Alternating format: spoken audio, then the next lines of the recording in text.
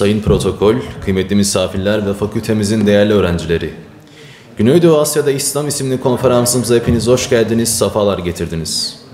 Bugün 2024 yılında dünyadaki en etkili 500 Müslüman arasında adı geçen Doktor Khairudin Aljunied hocamızı fakültemize ağırlıyoruz. Kendisi National University of Singapore'da öğretim üyesi olarak çalışmaktadır. Aynı zamanda ABD'deki Georgetown Üniversitesi El-Velid Müslüman Hristiyan Anlayışı Merkezi'nin de Malezya kürsüsünde kıdemli üyedir. Şimdi konuşmalarını yapmak üzere Doktor Khairudin Aljunied hocamızı ve Muhsine Arda hanımefendiyi kürsüye davet ediyorum. Evet, teşekkür ediyorum. Ben konuşmalardan önce böyle kısa da olsa bir giriş yapmak istiyorum. Muhterem hazırın önce hepinizi saygıyla selamlıyorum. Khairudin Aljunied veya tam adıyla Seyyid Muhammed Khairudin Aljunied, Güneydoğu Asya İslamı konusundaki son dönemlerde yetişen en yetkin isimlerden bir tanesi. Nereden biliyorsun diyeceksiniz. Biz yaklaşık 5 yıl kadar önce bir Sufi siyaset ilişkileri sempozyumu düzenlemiş idik. Burada ben o dönemde bir tarama yapmıştım. Dünyada kimler bu konuları çalışıyor tasavvuf eksenli olarak. Güneydoğu Asya'da karşıma bütün taramalarımda ilk sırada sürekli hocanın adı çıktı. O zaman ya değildir, başkası vardır diyorum. Çünkü fotoğraflara bakıyorum, çok genç. Bu kadar genç, bu kadar kapsamlı bir meseleyi bu kadar derinlikli bir şekilde biraz zor ele alması, biraz mümkün değil filan dedikten sonra yaptığı çalışmalara odaklandım. Çok sayıda ve çok kaliteli çalışmalar çıktı karşıma, kitap ve makale boyutunda ve bu kitapların önemli bir bölümü Batı'daki prestijli yayın evlerinde çıkan kitaplardı. Velhasıl hoca geldiğinde biz programı sempozyumdan birkaç gün önce ilan ettiğimizde İstanbul'dan, bazı üniversitelerden bana telefonla ulaştılar. Falanca geliyormuş, sizde sunum yapacakmış, mümkünse hocayı biz de burada ağırlayalım. Ben bir defa daha benzer bir şoku yaşadım. Hocanın tanınırlığı bu sefer karşıma çıkmış oldu. Ne düzeyde tanınır bir isim olduğu. Velhasıl bu üçüncü şoku işte 2024 yılının en tanınan, en etkili 500 Müslümanlar arasına girmiş olması da üçüncü bir defada onunla beraber yaşadık. Hoca o günden beri, 2019'dan beri diyelim, yazıp çizdiği kitapları, makaleleri vesairesi sağ olsun öncesinde paylaşıyor benimle. Bir takım değerlendirmelerimi filan istiyor idi. Onlar üzerine yaptığım okumalar ve değerlendirmelerle hocanın kalitesini ben bir kez daha kendi çapımda diyeyim tırnak içerisinde anlamış oldum. Velhasıl hocayı bu sefer biz çağırmadık. Hocayı İstanbul'da başka bir kuruluş davet etmiş fakat kendisi Bursa'ya tekrar gelmek istediğini, bizlerle görüşmek istediğini söyleyince bugün için ağırlamak istedik onu. Sağ olsun büyük bir özveriyle kendisi kalkıp geldi.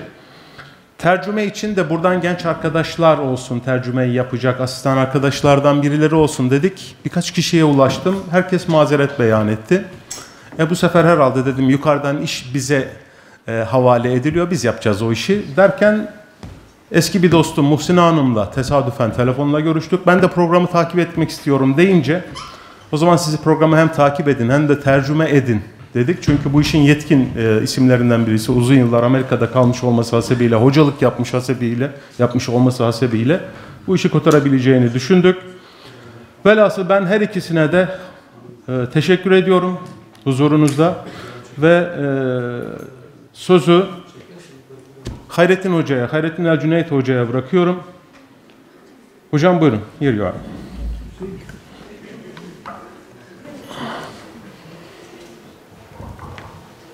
Assalamu alaikum wa rahmatullahi wa barakatuh. Elhamdülillahi Rabbil alemin ve salatu ve selamu ala eşrefil enbiya vel mursalin ve ala alihi ve sahbihi ecmain. We have a translator here today. So what I'm going to do is I'm going to speak very slowly, number one. But number two, I'm going to try and simplify what I'm going to say today so that the message that I'm going to pass across today can also be something that we think about and also discuss in class. Maybe you can translate. Teşekkür ederim. Sayın konuk, konuk profesörümüz açılmadı. Duyuluyor mu ses? Şu an açık. Tamam. Konuk profesörümüz sizleri gayet güzel selamladı. Tamam, Benim hocam. onu tercüme etmeme gerek yok. Kendisi, ben burada onun konuştuklarını sizlere aktaracağım için çok yavaş konuşacağını ve bazı konuları daha da basit hale getirecek benim anlamam ve sizlere doğru aktarabilmem için. Ben böyle bir yerde sizin gibi müstesna insanlara ufak bir çeviriyle yardımcı olabilmenin mutluluğunu taşıyorum. Yapacağım bir hata varsa lütfen affediniz. Saygılarımızı sunuyoruz ve konferansımıza başlayacak profesörümüz. Please go ahead. So the topic that I'm going to share today is entitled Islam in Southeast Asia, Cosmopolitanism in a Forgotten Region of the Islamic Civilization. Now, why am I talking about this topic? It has to do with the fact that although many of us are students of Islam and study Islam all our lives, the reality is that we know very little about Islam out in the whole of the Islamic world. And I am trying to correct this problem. Bugünkü konferansımızın konusu Güneydoğu Asya'da İslam ve ve İslam medeniyetinin unutulmuş bir bölümündeki kozmopolitlik konusunda konuşacağız. Evet, biz birçoğumuz hepimiz Müslümanız.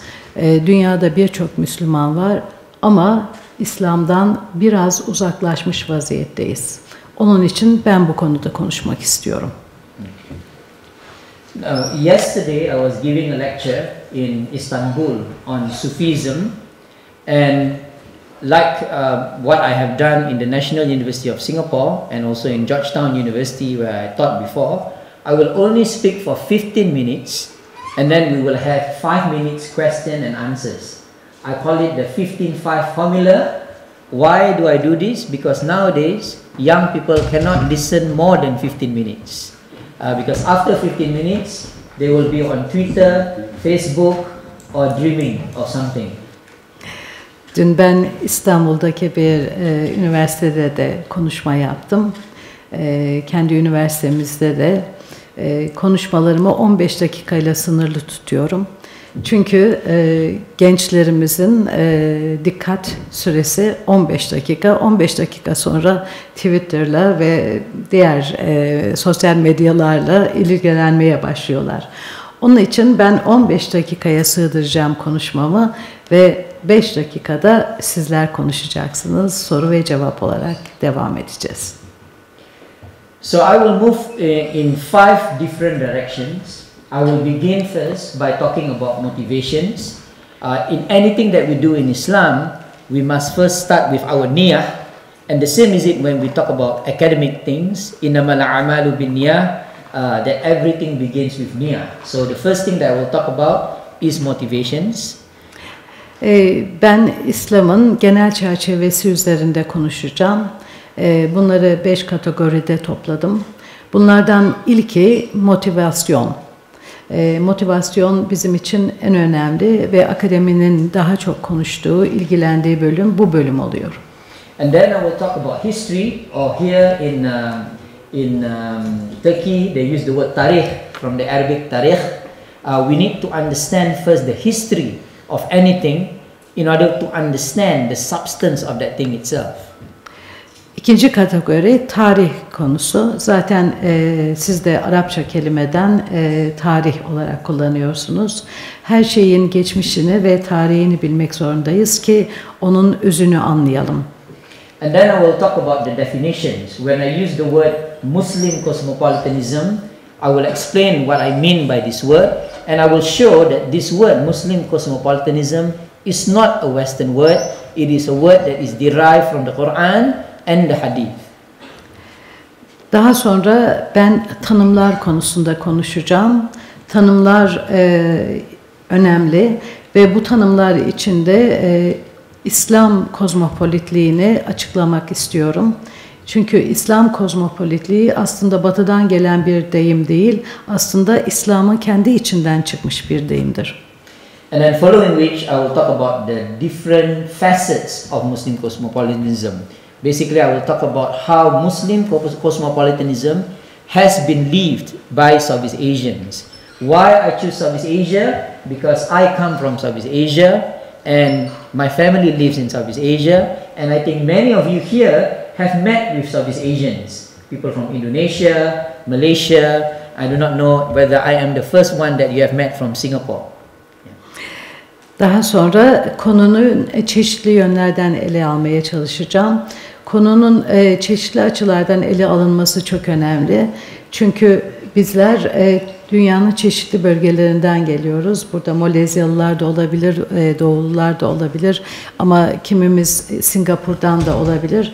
Ben de zaten Malezya'dayım ama oraya da başka ülkelerden gelmiş bir soyu var. All right, excellent. I think the translation is quite good. I don't understand a single word, but I think it's good. Now let us begin. I hope so. Let us begin first with niyyah. And I said just now, innamal a'malu bin-niyyah. Everything that we do, we must start with intentions. If you write something with the proper intentions, God will give you the strength to write it in such a way that can change people's minds. Bunlardan en önemlisi niyet. Eğer bir şeye niyet ettiyseniz gerçekten doğruyu yazacaksınızdır. Allah size yolunu gösterecektir. Niyetlendiğiniz şeyin sonu gelmemesi imkansız bir şeydir. Now the reason why I wrote about this topic, I have wrote 5 books around this whole idea of Muslim cosmopolitanism. It has to do first with how the West has portrayed Islam, what we call as media sensationalism. The West has always been concerned about all things negative about Islam. They are always concerned with events. Something bad happens in the Muslim world, they will talk about it. But the West is not concerned as much with the everyday life of Muslims. So my first intention is to show that the everyday life of Muslims do not represent what the media tell us about the Muslim world.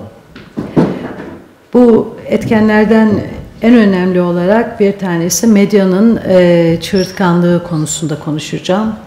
Çünkü İslam kozmopolitliğini biz savunurken, niçin ben bu konuda 5 tane kitap yazdım? İslam'ın gerçek değerleri bilinmiyor dünyada ve medya daima konuları dikkat çekecek olaylardan, hareket getirecek konulardan alıyor ve kışkırtıcılık yapıyor. Oysa Müslümanlar her gün herhangi bir olay yaşamıyorlar. Now my second intention of sharing about this has to do with the question of methodological nationalism. It sounds like a difficult word. Basically, the big point here is that our minds have been influenced by shu'ubiyya, nationalism. And because all of us Muslims now have become so nationalist, even as we study Islam within the containers of nations. And we forget that Islam is actually an ummah. İkinci konuşmak istediğim konu methodological ulusçuluk, milliyetçilik. Niye bu konuda konuşmak istiyorum? Hepimiz Müslümanız ama kendi ülkelerimizin milliyetçiliği içinde kaybolmuş durumdayız. Oysa İslam bütün dünyaya yaygın bir dindir. Ama bizim ülkelerimiz bizim hislerimizi etkiliyor. İslam kozmopolitliğinde ters bir etki var bu konuda. Now the other reason, and I think this is the most important one, is the idea of cosmopolitanism. Now what I'm trying to do here today is to try and decolonize the whole idea of cosmopolitanism. Cosmopolitanism has always been seen as a European idea, that only Europeans can be cosmopolitan and that Muslims cannot be cosmopolitan. So the third thing that I want to achieve today, if you forget everything that I'm going to say, is that the idea of being cosmopolitan is an Islamic idea, that Muslims have their own conception of cosmopolitanism, and we need to move away from the Western idea of cosmopolitanism. Bu konuda konuşmak istediğim üçüncü ve çok önemli etken dünya kozmopolitliğinin Avrupa'ya mal edilmesi. Sanki kozmopolitlik, dünya vatandaşlığı, dünya görüşüne sahip olmak Avrupa'dan çıkmış gibi geliyor. Bu koloni döneminin, koloni devletlerinin yaydığı bir fikir. Oysa İslam'da kozmopolitlik, dünya vatandaşlığı, evrensel kardeşlik, vatandaşlık tam da İslam'dan gelmektedir. Onun için koloni döneminin yaydığı düşüncenin dışına çıkarak Avrupa merkezli kavramların dışına çıkmak üzere konuşacağım. Benim için en önemli konu buydu. Okay. So now let's start first with histories. Why is it that Southeast Asia is such a cosmopolitan place? If any one of you have been to Southeast Asia, one thing that you will notice about Southeast Asians, the Malays, the Indonesians, is that they are always smiling. That's number one. Second, they are very friendly. That's number two. And third, they are very shy. Bu konuyu yapmak için ben biraz coğrafyada Uzak Doğu'ya, Güney Asya'ya, Güneydoğu Asya'ya gideceğim.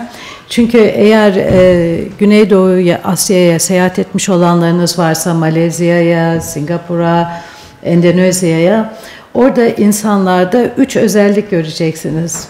Birincisi gülümsemeleri, yüzleri hep gülümser. Second one. That they are very smiley. Evet. Very friendly. Çok arkadaşçılar. And very shy. Ve biraz da utangaçlar. Onun için ben oradan başlayacağız. Ilımlı İslam konusuna oradan gireceğim. Yeah. So why are Muslims in Southeast Asia very soft, very shy, very friendly? It has to do, first of all, with Sufism, with tasawwuf. When Islam came to Southeast Asia, the people who brought Islam to Southeast Asia, other than traders, were the Sufis. And the Sufis implanted a version of Islam that emphasizes more on the heart and on being open to other people. Güneydoğu Asya halkının bu güler yüzlü, arkadaşçıl, iyi niyetli ve biraz da utangaç olmalarının esas kökü sofizme dayanıyor. Tasavvuf. Çünkü İslam oraya sufiler tarafından getirilmiş durumda. Right. And this is why when the Ottomans came to Southeast Asia as early as the 15th century, the Ottomans were very surprised to see the Indonesians. And that's why if you go to some parts of Southeast Asia, like Aceh, many Acehnese displaced in Indonesia, in Sumatra, married Turkish people. And Turkish people married into the Southeast Asian society because they loved the gentleness and the softness of the Southeast Asian people. 14. yüzyılda Osmanlılar Güney Asya'ya geldiklerinde çok şaşırdılar. Malayların güleç yüzlerini, yumuşak karakterlerini gördüklerinde onlar bekledikleri şeyin dışında enteresan bir İslam'la karşılaştılar. Oradaki insanlarla evlendiler. Çünkü oraya İslam, tasavvuf, sofizm sayesinde gelmişti. For those of you who are not married yet, I would encourage you to marry a Southeast Asian. Bu çok güzel. It seems like they can understand. Evet. Evet ya. Eğer bekarsanız Güneydoğu Asya'dan evlenmenizi tavsiye ederiz. Evet gençler, aman ha, bu çok önemli. Okay. So soft is the coming of Islam into Southeast Asia that whoever who is from the outside and enters into Southeast Asia, they would be regarded as Malay. So like myself, my father is Arab, Hadrami. My mother is Indian. So I am Arabian, Arab and Indian. But the Malays in Southeast Asia regard me as Malay. Why do they regard me as Malay? Because I speak the Malay language, because I practice the Malay culture, because I wear Malay clothes, but more importantly, because I married a Malay. Yeah. Evet, Malay halkının dışarıdan gelenleri kabul etmesinin nedeni, onlar dışarıya dönük ve açıklar ve çok ılımlı şekilde İslam'ı öğrendiler. Örnek olarak dışarıdan gelen herkesi kendi içlerine alan bir yanları var. Benim babam Arap, annem ise Hindistanlı. Ama beni Malay olarak kabul ettiler. Niçin beni Malay olarak kabul ediyorlar? Çünkü ben Malay dinini konuşuyorum. Malay halkının giydiği kıyafetleri giyiyorum ve onlarla yaşıyorum. Haklısın. Teşekkür ederim. Şükran.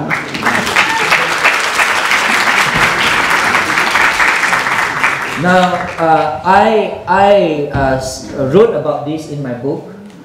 Interestingly, I just want to share it here. I wrote this book after I came to Bursa. Right? I came to Bursa and then I wrote this book. This book was published in 2019. Thank you to our Sheikh Muhtaram, Professor Saleh Sift. He invited me for a conference, a major conference on Sufism and politics. And that gave me the idea of writing a book on the 1,000 years of history of Islam in Malaysia and in the Malay world. Ben Türkiye'ye geldiğimde Sayın Profesör Çift tarafından ve diğer arkadaşlar tarafından güzel karşılanmıştım. Onları tanıdıktan sonra, Türkiye'de bulunduktan sonra, döndükten sonra bu kitabımı yazdım. Malezya'daki İslam hakkında. Bu kitabım 2019'da yayınlandı. Yeah. So one character of the coming of Islam in Southeast Asia, not only because the Sufis were very creative, but because when they were trying to implant Islam into the hearts and the minds and the souls of the Southeast Asians, they were doing it softly. The Arabs will say, mahlan, mahlan, slowly. This is what we call as the theory of gradualism. Because the Sufis understood that if you force Islam onto anyone, the people in Southeast Asia who were Hindus will repel Islam. So what they did was to bring Islam in such a way that people could easily accept Islam. İslam'ın buraya gelmesi ve kabullenilmesinde bütün her şeyin yavaş yavaş ve çok tedricen yapılmasıydı. İyi niyetle ve zorlama olmaksızın. Hindistan'la ilgili bir örnek verdi. Onlara daha sert bir İslam kabul ettirilmeye çalışılmıştı. Oysa Malezya'ya İslam'ın yayılmasında yavaşlık, tedrici, her şeyin yavaş gitmesi ve onların kabullenmesi, zihin yapılarının değişmesi çok önemliydi.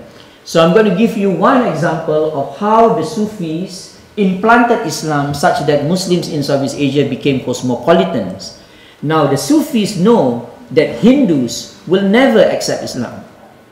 But one way to get Hindus to accept Islam is to use puppet play. I hope she can translate it. Evet. Yeah. Sufiler, tasavvufçular çok iyi biliyorlardı ki Hindistan'daki Hindular asla İslam'ı kabul etmeyeceklerdi. Onlara ulaşmanın yolunu puppet, gölge oyunları, Karagöz gibi onlarla yaklaştılar ve fikirlerini direkt söylemek yerine oyunla yavaş yavaş vermeyi tercih ettiler. Right. And through the puppet play, they tell the stories of the prophets, the stories of the companions of the prophets, the stories of the heroes of Islam, Muhammad al-Fatih. And at the end of every puppet play, people like this will be listening. They will end the story with, "Let us read the kalima shahada." And then everybody will read, "La ilaha illallah, Muhammad Rasulullah," and everybody became Muslim. Bu gölge oyunları sayesinde Peygamberimizin yaptıklarını, Peygamberimizin sözlerini gölge oyunu vasıtasıyla onlara aktardılar. Ve her zaman oyunun sonunda onların kelime-i şehadet getirmelerini sağladılar. Okay, excellent. Now, Another group that played a big role in the conversion of the Hindus into Islam were the Hadramis. Basically, I'm from that family. The Hadramis were the descendants of Rasulullah SAW, who came from Hadramaut, traveled thousands of miles into Southeast Asia. Now the Hadramis were clever people. They converted the people not only through their hearts, but through tijara, through trade. When they are selling something, they are also selling Islam at the same time. Güneydoğu Asya'ya İslam'ın gelmesinde Sufilerin yanı sıra Hadramilerin de çok büyük etkileri oldu. Ben de onlardan birisiyim. Kökenim Hadramilere dayanmaktadır. Hadrami tüccarlar ve bilim adamları ve devlet adamları göçe zorlandıkları zaman onların bir kısmının yolu da Hint Okyanusu vasıtasıyla Malezya'ya ve adalara geldi. Onlar ticaret yapıyorlardı ve ticareti yapmak için de tabii dostane hareket etmek zorundalardı. Yani Sufilerin o yumuşak yaklaşımları yanı sıra İslam'ı oraya yerleştirenlerin en önemli etkenlerden birisi de Hadramilerin ticaretiydi. Onlar hem mallarını satıyorlardı hem de dinlerini gayet güzel onlara aktarıyorlardı. She looks more convinced than me. Yes. So now my 15 minutes is already up. I want to hear some questions.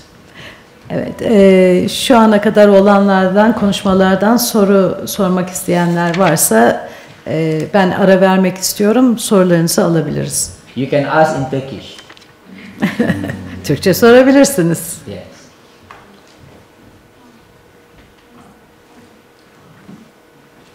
Bismillahirrahmanirrahim. Assalamualaikum warahmatullahi wabarakatuh. Waalaikumsalam. My name is Putranda and I'm from Indonesia. And I used to hear your lecture on YouTube. Alhamdulillah. Biraz daha yüksek sesle. Okay. Yaşlılar var, duyamıyoruz. Ask in Turkish. Evet. Can I speak in English maybe? Yes, Yeah. she will translate. You can go. So actually, because I'm Indonesian, I remember that in my first time in Turkey, one of my friends, right, because we used to learn Turkish in the first time, right? So I remember that me and my international friends, we gathered together and we discussed about Islam.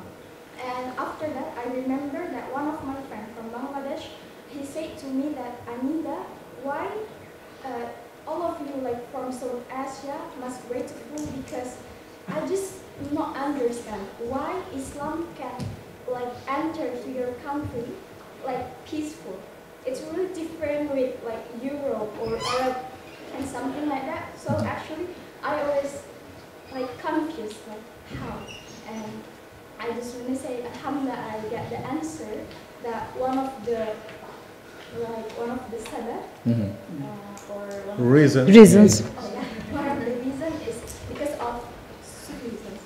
So maybe I just want to ask like a little question. Is it possible if like Islam came to our country like with different way? I mean like Other than Sufism, you mean? yeah. Oh, okay. Right. Maybe you can translate first.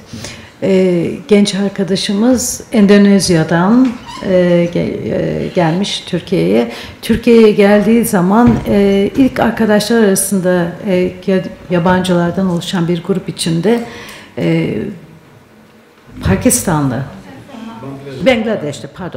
Bangladeşli bir arkadaş size kendisindeki değişikliği ve onların açısındaki sanıyorum bakış açıları ve dostluk gösterileri arasında bir fark olduğunu söylemiş ve sizin ülkeye İslam nasıl geldi, benim ülkeme nasıl geldi şeklinde bir soru yöneltilmiş. Acaba bu Sufizm'den mi geçiyordu? Yeah. There are many theories for the coming of Islam into Southeast Asia. The first theory is called the trade theory, and I spoke about that just now. The second theory is called the Sufi theory. The Sufis brought Islam. The third theory is called the theory of marriage. If you want to Islamize someone, marry the person. The fourth theory is what they call as the Shiite theory. The Shia were the ones who came to Southeast Asia the earliest, but they did not convert the Muslims in Southeast Asia because they come from Persia, and the kind of Islam that they brought from Persia was not a soft Islam. So when you look at all of the theories, it's quite clear amongst all scholars that the people who played the biggest role for the change of the religious landscape were mostly the Sufis, because the Sufis were not only thinkers, they were also people who understood anthropology, sociology, and psychology. They understood the society, sociology. They understood the culture of that society, anthropology. But they also understood what people want and what people need, psychology. And that's why they could convert the people. Birçok teori var. İslam Güneydoğu Asya adalarına nasıl geldi diye. Bunlardan ilki tabii ki ticaretle geldi. İkincisi Sufiler, tasavvufçular sayesinde geldi. Üçüncüsü eğer bir insanı Müslüman yapmak istiyorsanız onunla evlenin dedi. Evlilikle geldi. What was the fourth way? The Shia. Yeah, Şia. Ama bir açıdan da Şiilerle geldi. Ama Şiilerle geldiğinde Şiiler İran merkezli dağılmışlardı dünyaya ve öğretme yolları ve yaşam tarzları daha sertti. Buna karşılık Sufilerin yumuşak davranışları çok daha ilgiyi çekiyordu. Niçin Sufiler yumuşaktı ve insanlara güzel geliyordu? Çünkü antropoloji biliyorlardı, felsefe biliyorlardı, sosyoloji biliyorlardı. Eğer bu şekilde insanları anlayabiliyorlarsa kendi düşüncelerini de karşısındakinin anlayacağı tarzda iletmeyi biliyorlardı. Okay. You have another question there? Yeah. First, I want to thank you for your speech and for your topics. You have explained the definition of cosmopolitanism in your beginning stage of speech, and you have said that this definition defined by Western world, and this is not true because this term is originally from the Islamic civilization.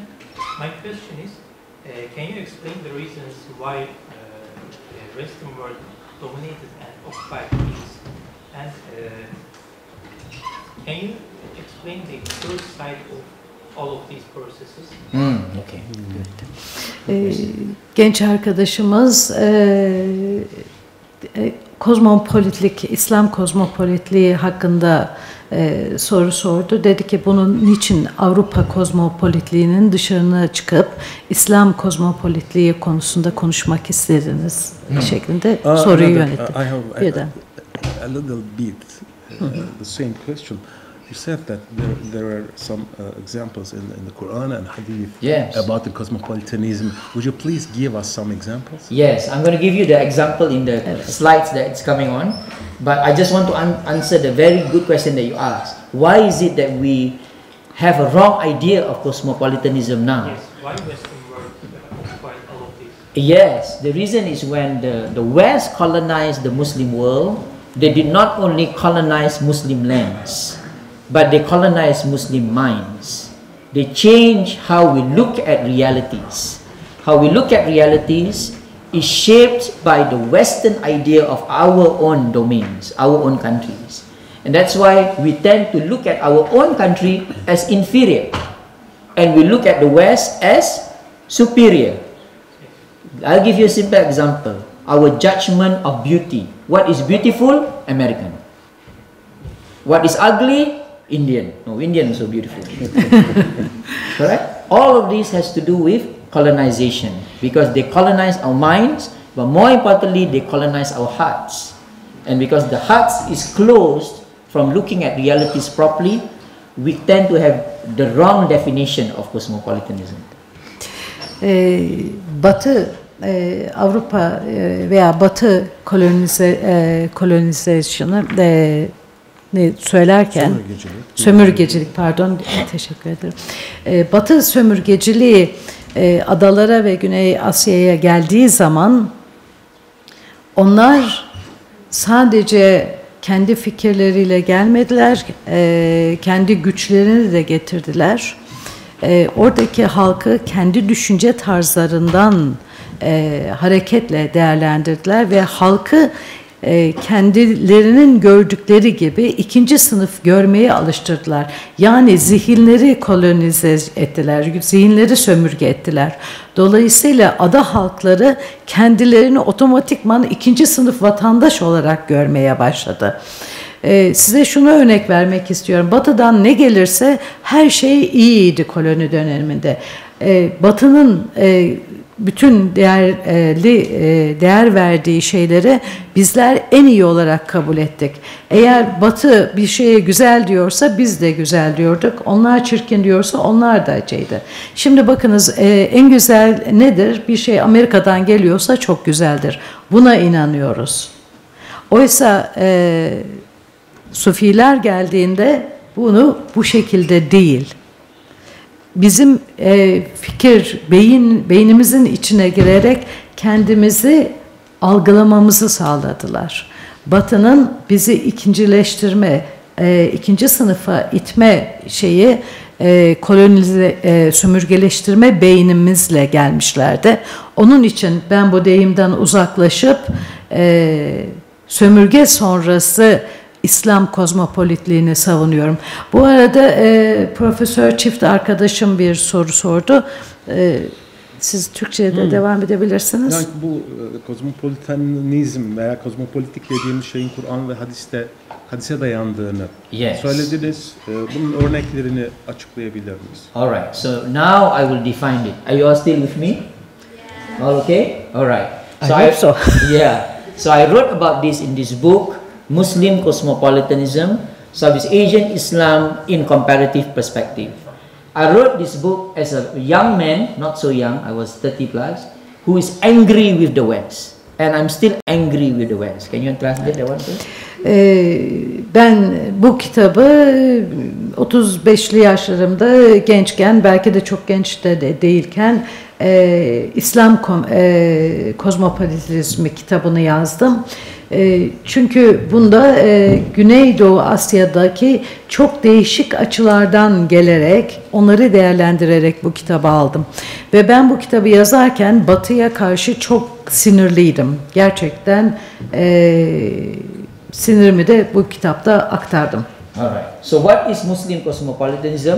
So now I'm going to be a little bit philosophical, but then I will enter into a little bit of Islamic studies, İLAHİYAT.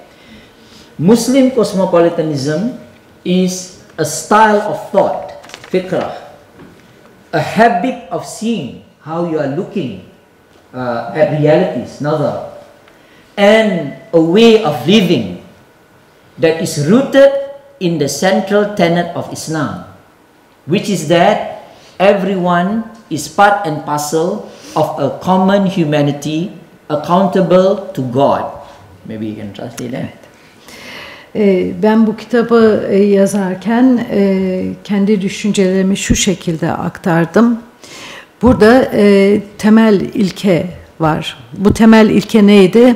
Herkesin Allah nezdinde insanlığın bir parçası olduğu ve ahlaken her birimizin kardeş olduğu ve bizim her birimizin tek bir yerde sadece Allah'a karşı sorumlu olduğumuz fikrine, ana fikrine vurgu yapıyordum.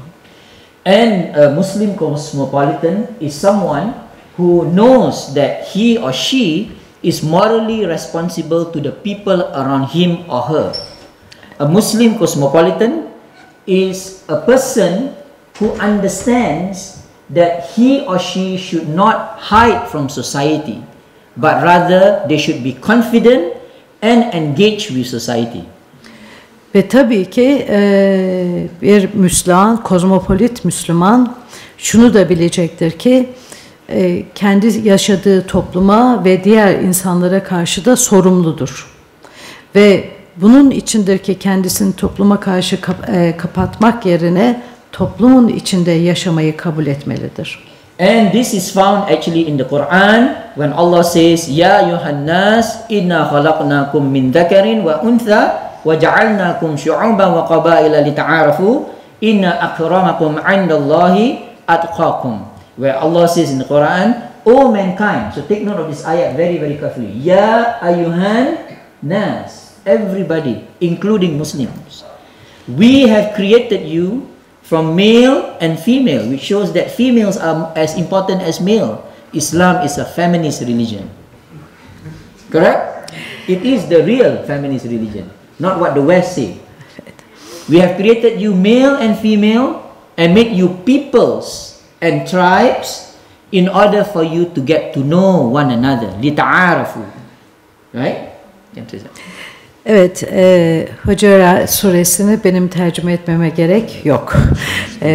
Hepiniz anladınız diye biliyorum. Orada girmeme gerek yok. Evet, kozmopolitan Müslümanlıkta kişi herkese karşı sorumluydu.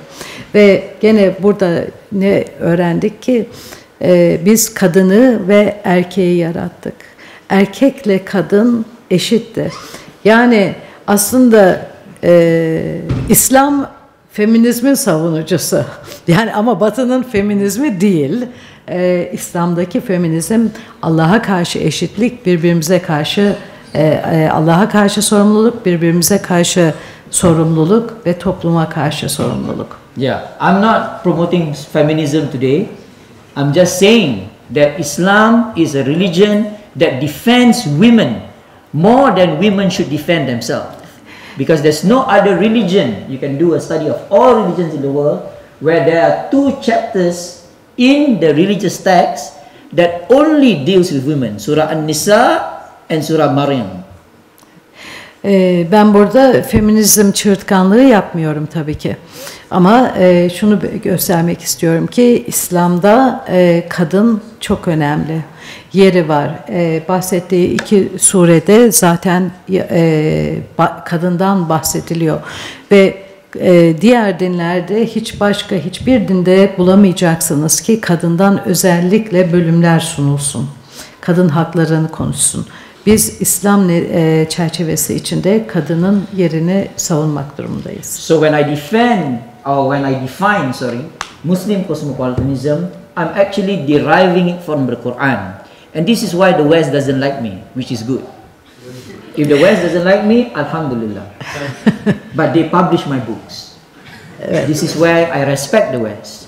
They don't like my ideas, but they say because you can fight, you fight here. Translate, right? Ben bu nedenle İslam'ı savunuyorum ama onların istediği şekilde savunmadığım için Batı beni sevmiyor. Allah'a şükür, elhamdülillah. Sevmesinler beni ama onları sayıyorum çünkü yine de kitaplarımı basıyorlar. That sounds very nice. Kitap basıyorlar. Evet, kitapları basıyorlar. So the definition that I give in my book and in all of my writings not only is derived from the Quran, it is from the hadith which Imam Ghazali developed into what we call now as the Maqasid Sharia. So when I talk about Muslim cosmopolitanism, I'm talking about the protection of property, which is the duty of Muslims.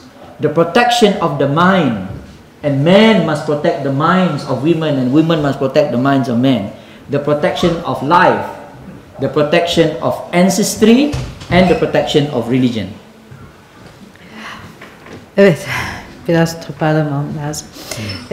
Ben tabii ki kitaplarımda fikirlerimi savunurken Magasit Şeriat'ta ele aldığımız 5 ana konu var. Bunlar çok önemli. Ben kozmopolit İslamlık hakkında konuşurken kendi fikirlerimi konuşmuyorum. Hepsini Kur'an'daki surelere, Kur'an'daki bilgilere dayanarak yazıyorum dedi sayın yazarımız.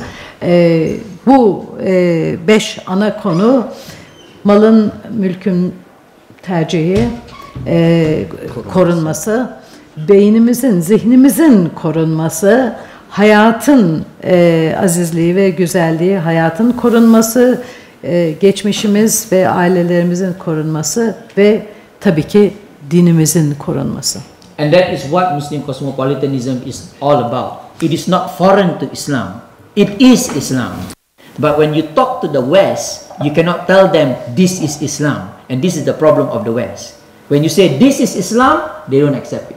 But when you say Muslim cosmopolitanism, it makes sense. Evet, Batılılara bu Müslümanlık diye konuştuğumuz zaman kabul etmiyorlar. İslam bu dediğimiz zaman hayır diyorlar.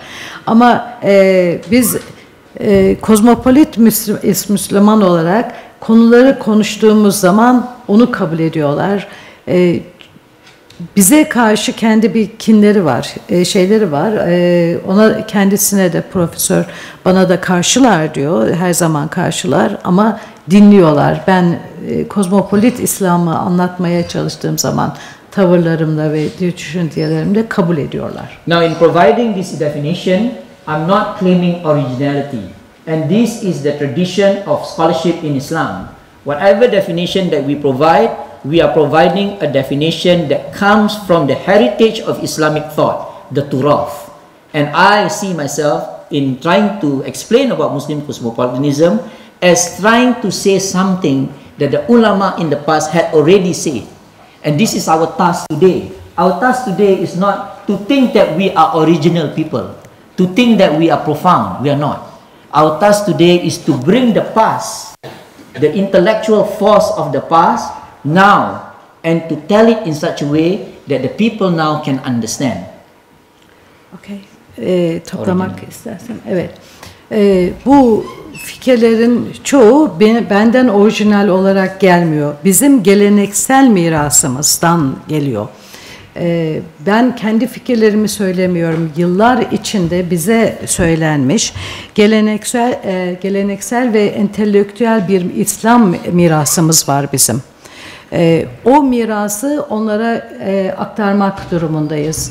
Kişisel olarak bir şey söylemiyoruz. Her şeyimiz bu mirastan çıkıyor. Bu açıdan gelerek kendi düşüncelerimizden ziyade öğrendiklerimizi, bize öğretilenleri onlara aktardığımız zaman daha güzel aktarım yapabiliyoruz. Alright. Ve hepsini mutlaka bilgiye ve Kur'an'a dayanıyor tabii söylediklerimiz. Excellent. Now question and answers. Thank you. It's a great pleasure to see you here. Welcome to our university. But I want to continue in Turkish because I feel more confident in Turkish. İki tane sorum olacak.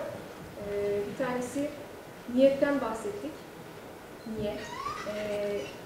Bizim niyetlerimiz iyiydi ama başka bir söz daha var Hazreti İsa'ya atfedilen. O da onların meyvelerinden tanırsınız sözü. Bizim meyvelerimizin çok iyi olduğu söylenemez bugünkü dünyada. Bu durumda problem nerede? Niyetlerimiz halis değil mi o kadar? Sonuçları kötü oluyor. Bu birinci soru. İkinci sorun ise İran'da ciddi bir tartışma var şeriat konusunda. İslami şeriatla ilgili bir problem var mı? Malezya'da bu konuda bir tartışma var mı? Ondan haberdar olmak istiyorum. Yani bugünkü insan haklarıyla İslam şeriatı arasındaki tartışmalar nasıl cereyan ediyor Malezya'da? Bundan haberdar ederseniz bizi çok seviniriz. Acaba ikisi arasında bir zıtlık var mı? Bir çözüm olacak mı? Sunuyor musunuz? Nasıl siz o problemi çözüyorsunuz? O konudaki görüşlerinizi merak ediyorum. First of all, you have to know that she's one of our lecturers. Oh, yes, and she's an expert on the intellectual thought of Iran. While talking. So what's the best? Teşekkür ediyorum. Anladığım kadarıyla sorunuzu aktaracağım. She welcomes you, of course, and says that you mentioned intentions, all right? And we have been always thinking about our good intentions, but somehow now that the concept of intentions are moving from the good to the bad. And there is one saying that which has been attributed to Jesus about the fruits. You know them by the fruits. You know someone by the fruits. Yeah. Someone by the fruits. So when you compare that, what do you think about our intentions? Are they good enough or are they not? And her second question is that now in Iran, Sharia is in full discussion and arguments. So are these arguments and discussions coming to Malaysia? And if they are coming there, how are they thought about and what the Malaysian people are thinking about the Sharia and Iranian Sharia? Iranian Sharia. Okay, I answer the first one. There is niyah and there is uslub. These are two things, right? Intentions sometimes can be good, but the methods are wrong. Sometimes the intentions are wrong, but the methods are good. If you look at the West, the intention is to colonize Muslim. Bad intention, correct or not? How to colonize Muslims? Build universities. The method is good, correct or not? But for Muslims, the intention is good, to become a professor. How to become a professor? Cheat. Have you heard this before? Yes. Everybody knows this. So, it is not about whether the intentions are good or bad. Only we know what is a good intention and a bad intention. But it is about how you achieve it that is most important. And that's why, if you look at the works, and you mentioned Iranian thought, one powerful Iranian scholar that I like to read is actually Mullah Sadra. Right? And of course, there's so many scholars that you can think of. It wasn't about Iranian thought, it was about Islamic law. Sharia. Yeah. Sharia. Same. In Iran. Yes. No, I'm saying first the issue of intentions. Yeah. How do we know that an intention is good? We know an intention is good when the action is also correct. It has to come together. That's why innamal a'malu binniyat. If you look at the hadith, faman kana hijratuhu ila Allah wa Rasul, the intention come with the method. The method has to be correct. So especially in us trying to think about issues, the thinking is not as important as how you do it. How you do it must be in line with your thinking. Right? Maybe you can translate that one. Evet, ya. Teşekkür ediyorum sorularınıza. Burada iki tane kelime var bizim için önemli olan: niyet ve uslup. Niyet iyi de olabilir, kötü de olabilir. Niyetiniz, biz iyi niyetten bahsedersek ama uslubunuz kötüyse sonuç iyi alınamıyor. Diyelim ki niyetiniz bir profesör olmaksa, öğretim üyesi, akademisyen olmaksa ve bu yolda aldatarak, çalarak geliyorsanız uslubunuz yanlıştır. Avrupalılar bize ne ile geldiler? Kötü niyetle geldiler. Bizi koloni yapmak, sömürge yapmak istediler. Ama uslupları çok yavaş, güzeldi. Eğitim vasıtasıyla beynimizin içine girdiler. Yani niyetle uslup çakışırsa, tarz iyi olursa niyet her zaman iyidir. Yeter ki yapılacak hareket doğru olsun. Hareketin doğru olması her türlü iyi niyeti doğru yola çıkaracaktır. Şeriat konusunda Sharia. So now about Iran. Now Iran, especially discussions of Sharia in Iran, Ja'fari fiqh and others, do not enter into Southeast Asia much. There are Shiites in Southeast Asia, but they have always been a fringe minority. And the reason why they have been a fringe minority has to do with the long history of Southeast Asia. When the Hadramis came, the Hadramis brought a few things. Number one, they brought Shafi'i fiqh. Number one, very powerful. Number two, they brought Ash'ari theology. So it's Shafi'i, Ash'ari. That's number two. But the third one is the most powerful one. They brought in Ghazali ethics. The ethics of Imam Ghazali. These three things became the interlocking thing that defines Southeast Asian Islam. And that's why anything that comes from the outside, be it from Iran, be it from Oman, there were also Omani culture. You know that Omanis, they follow a version of Khawarij. Yeah, Saudi Arabia, even they call it Salafism. When they come into Southeast Asia, they cannot win the hearts of the majority, because this whole three, Shafi'i, Ashari and Ghazali, is too strong in the Southeast Asian mind. Ben çevireyim isterseniz. Burada biraz yardıma ihtiyacım olacak. Şimdi bu Hadramiler geldiğinde diyor hoca 3 şey getirdiler. Birincisi Şafii fıkhı, ikincisi Eşari kelamı, üçüncüsü de Gazali'nin sistemleştirdiği ahlak. Dolayısıyla Şiilik zaten her zaman o coğrafyada, yani Malezya ve etrafındaki coğrafyada kenarda kalmış bir olgu idi daima. Dolayısıyla bu üç unsur onun kenarda kalmasını devam ettirdi. İran ve işte Umman'a ait, burada kastettiği sanırım harici kültür, Şii ve harici kültürün ve de Suudi Arabistan'a ait Vehhabi kültürün o coğrafyaya nüfuz etmesine bu üç unsur engel oldu. Yeah. Any more question? One more? I think You want to take one more? Or no. Do we have time? I don't know. yeah, no. Okay. So we'll carry on. Yeah, first? Okay. The last one. The last one, okay. Okay, I have this question regarding protection of property.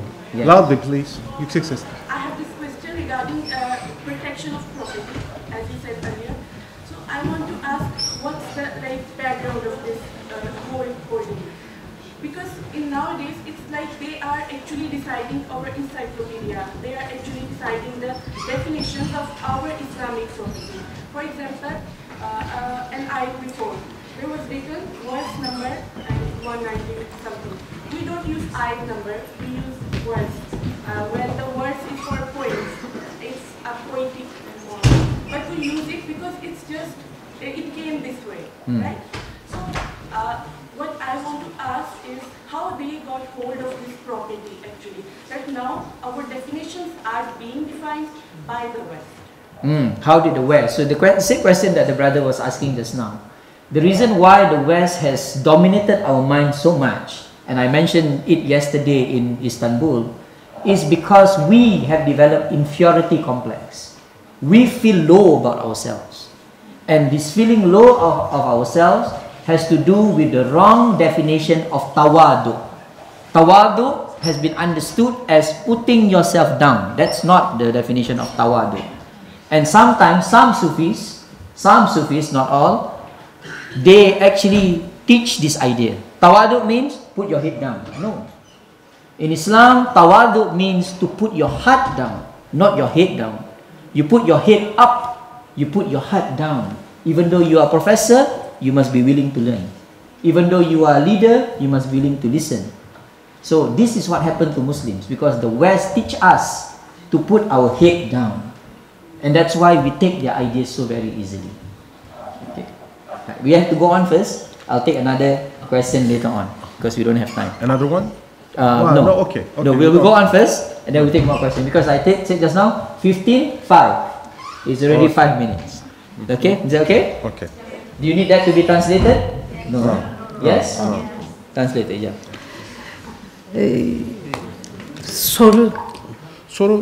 Soruyu şey yapmıyorum ama cevabı tercüme edeceğim zamanımız kısaldığı için. Biz maalesef kendimizi aşağılık görüyoruz onların yanı sıra.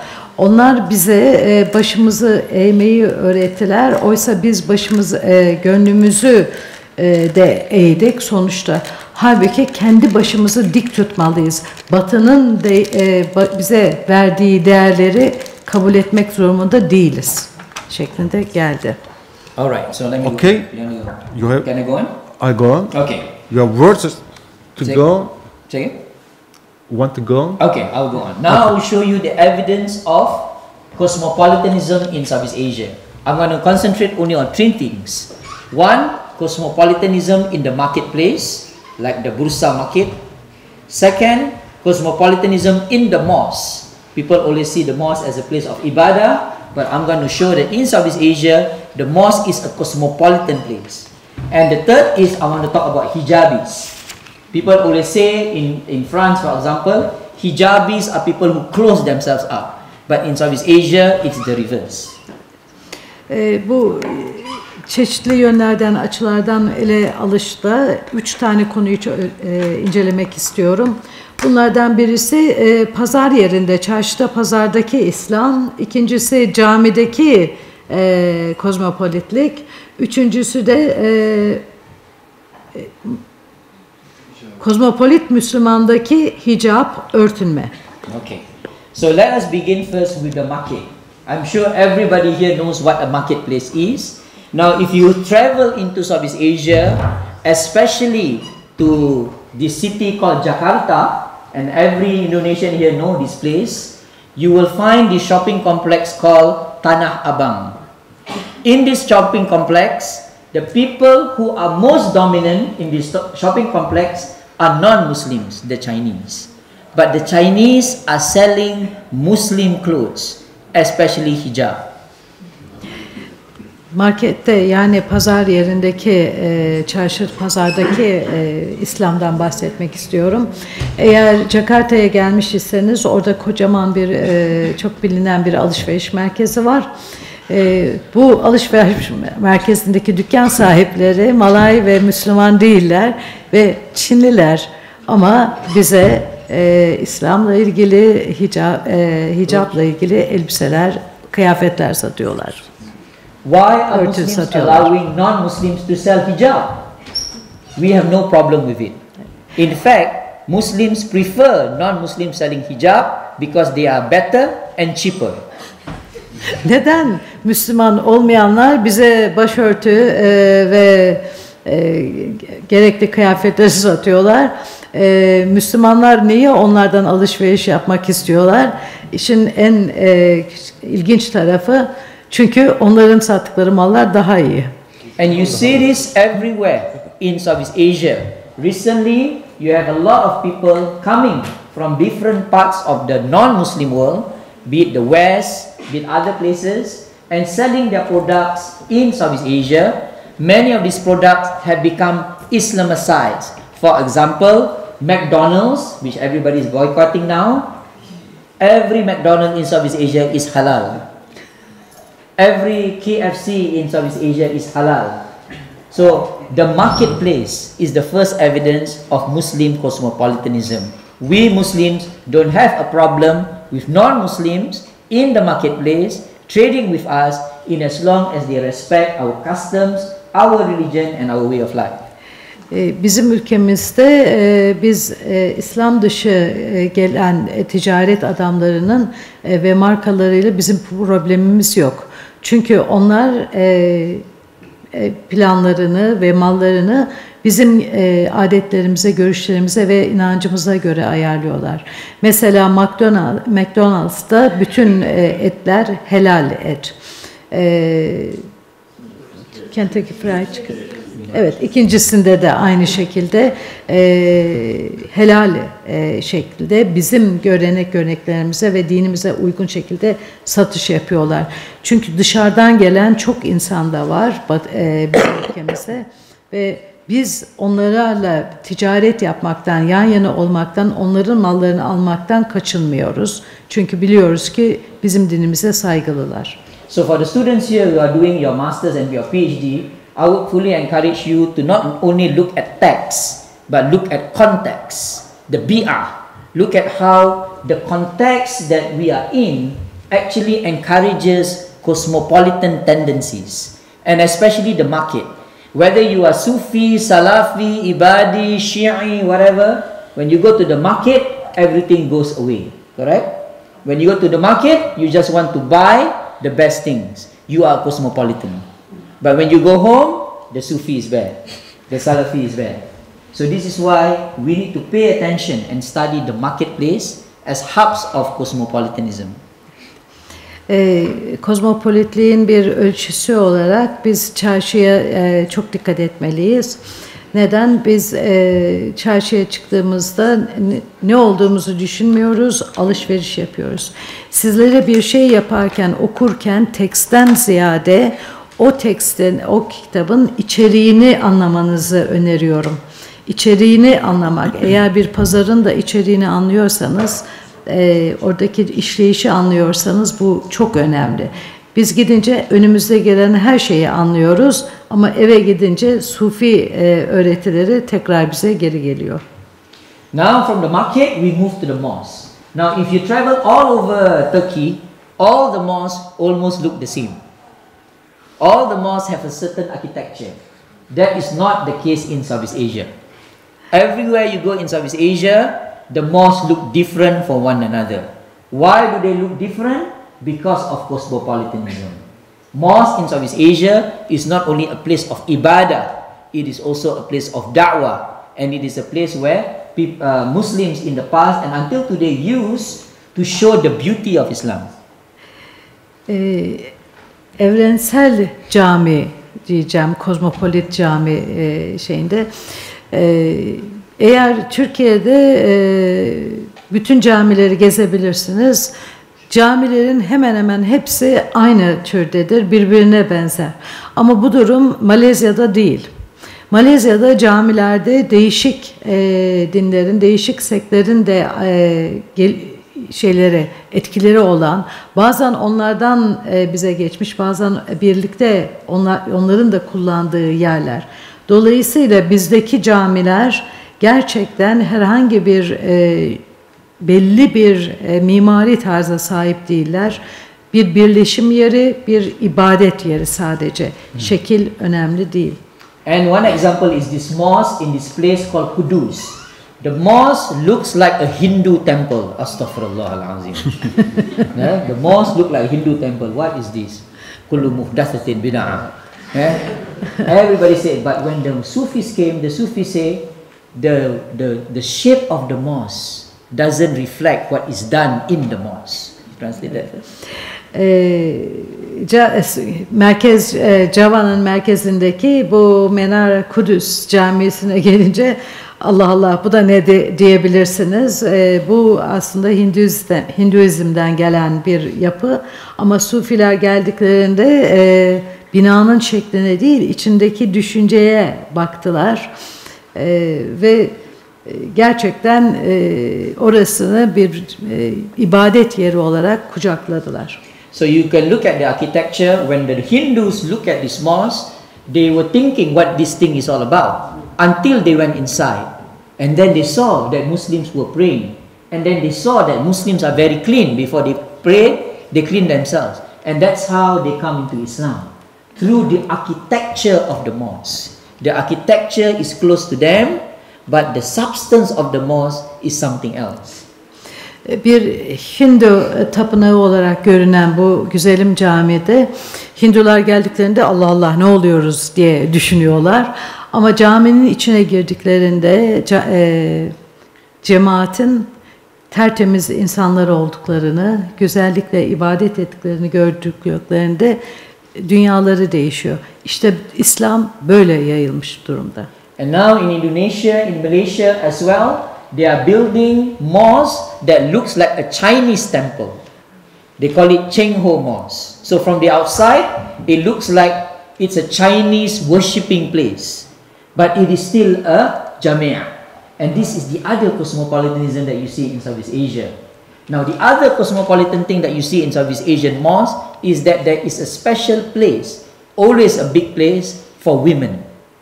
If you look at mosques in Turkey, women praying area, small. Men praying area, big. In Southeast Asia, women and men have almost the same size of praying area. Şimdi Malezya'da yeni bir cami yapılıyor ve bu cami bir Çin mabedi, Çin tapınağı şeklinde görünüyor.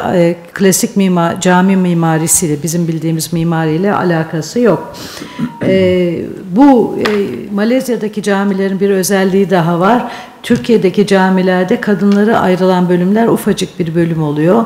Oysa Malezya'da ve adalarda camilerde kadın ve erkeğe ayrılan bölümler eşit.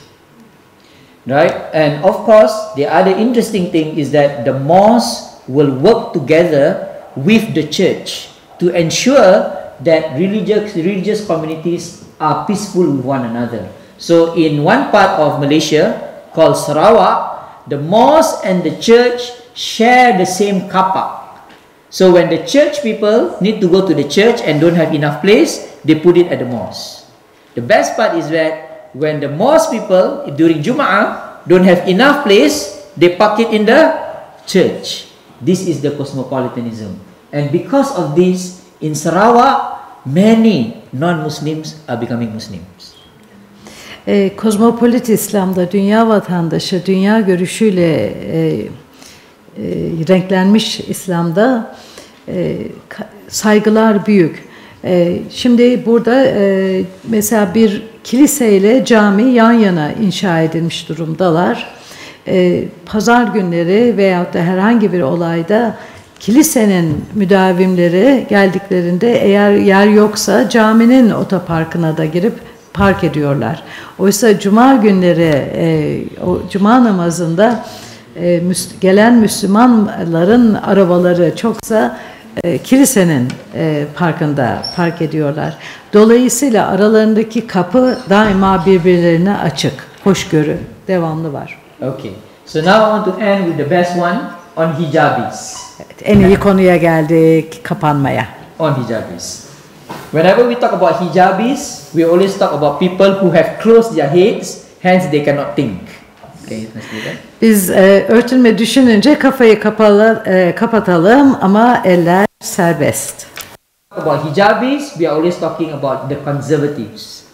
Biz örtünmeyi düşününce sadece bağnazlığı düşünüyoruz. When we talk about hijabis, we always talk about people who are problems in society.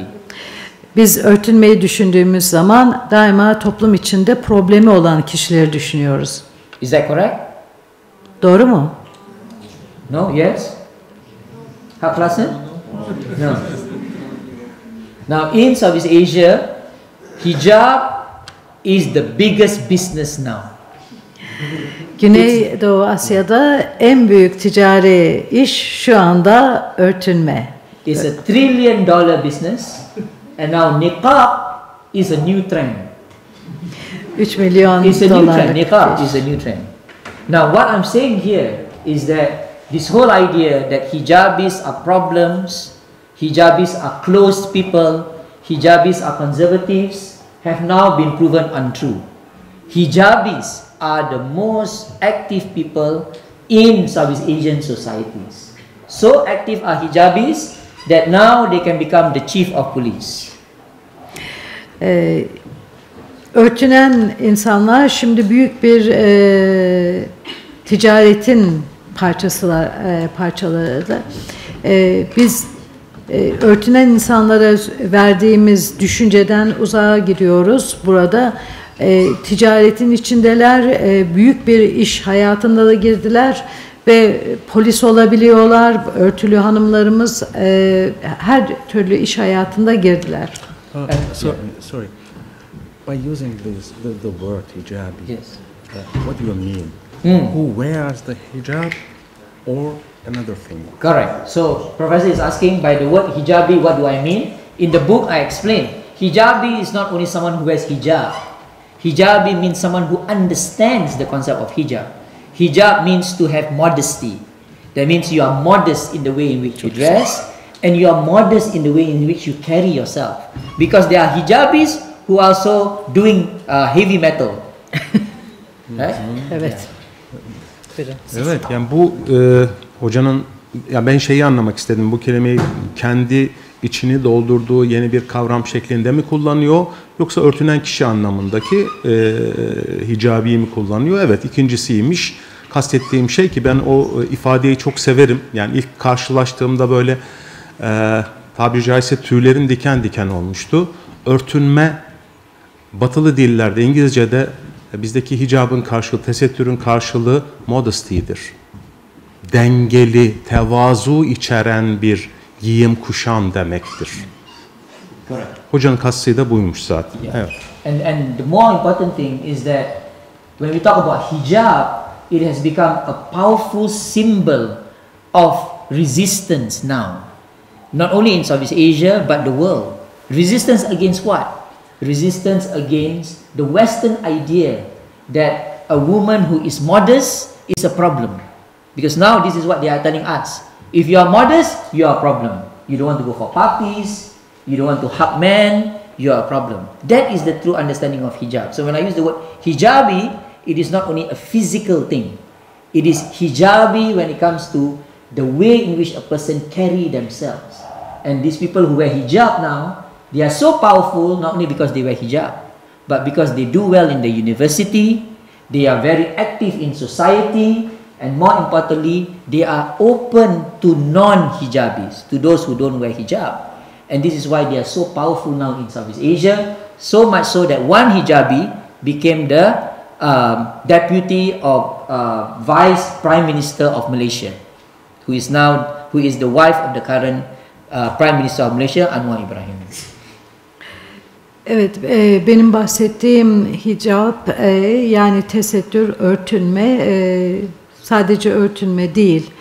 Batı'nın bize vermeye çalıştığı bütün şeylere, fikirlere ve hayat tarzına karşı bir isyan. Onlara karşı bir direnişin sembolü olarak gidiyor. Ve şu anda Malezya'da ve adalarda örtünen kadınlarımız, tesettüre girmiş olan kadınlar bu savaşlarını her türlü mesleği yapmada gösteriyorlar. Hatta bakan oldu galiba, değil mi? Bakan olan bir hanım da var, örtülmüş. Başbakan yardımcısı, kaçırdım. Evet. Başbakan yardımcısı olan hanım da şey yapıyor. Çünkü Batı'nın bize dayattığı şeylere karşı bir isyan. Bu bir davranış biçimi olarak geliyor. Yeah. So that's the end of my talk basically. What I want to emphasize today is that Islam is a cosmopolitan religion.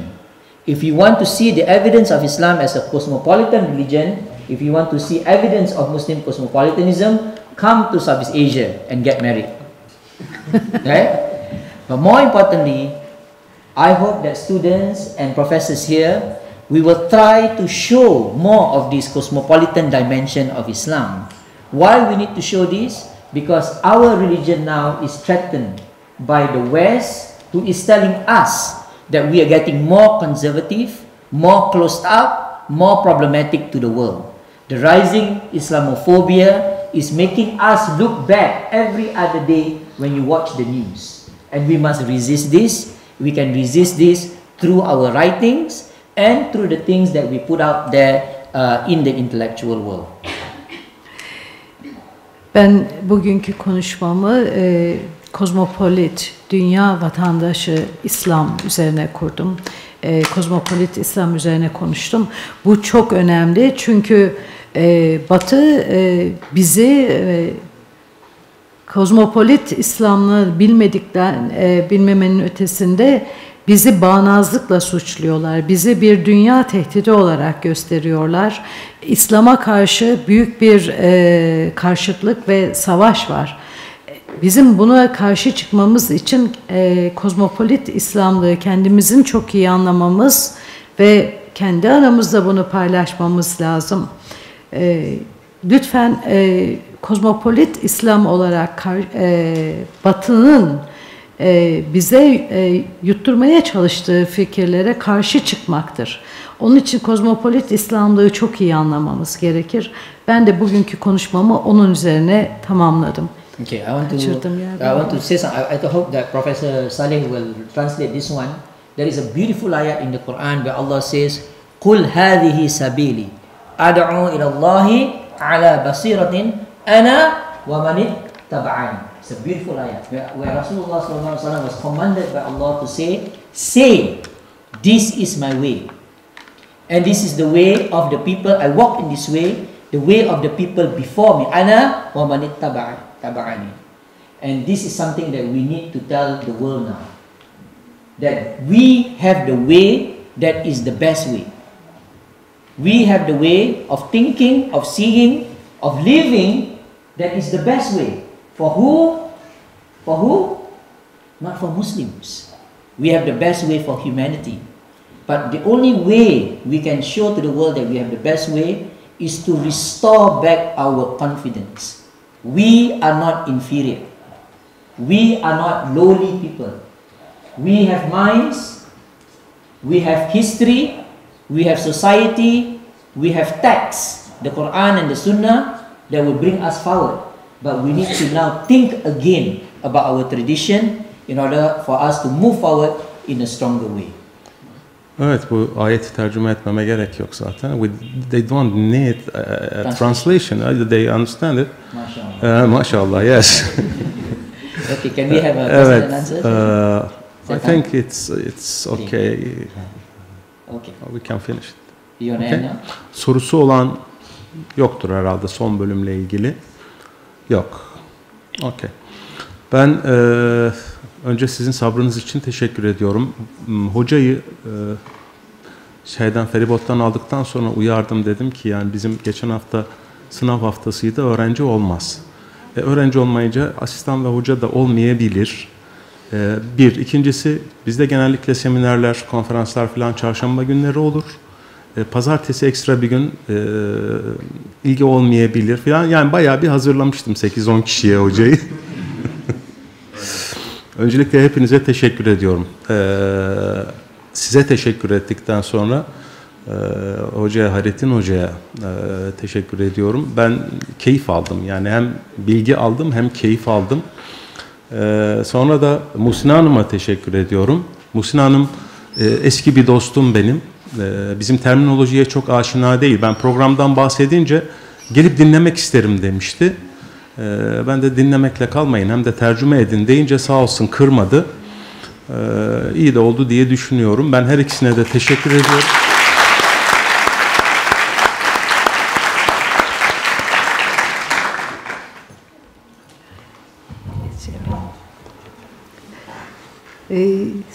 Sizlerin aranızda olmak, konusunu çok iyi bilen insanların arasında bu tercümeyi yapmaya çalıştığım için ve beni dinlediğiniz için teşekkür ediyorum. Eksik kaldığım noktalar varsa lütfen iletin.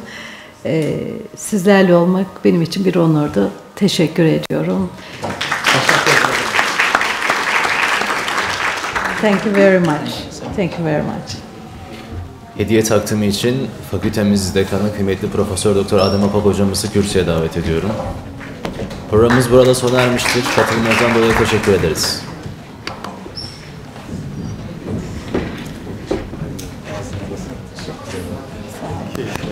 Teşekkür ederim.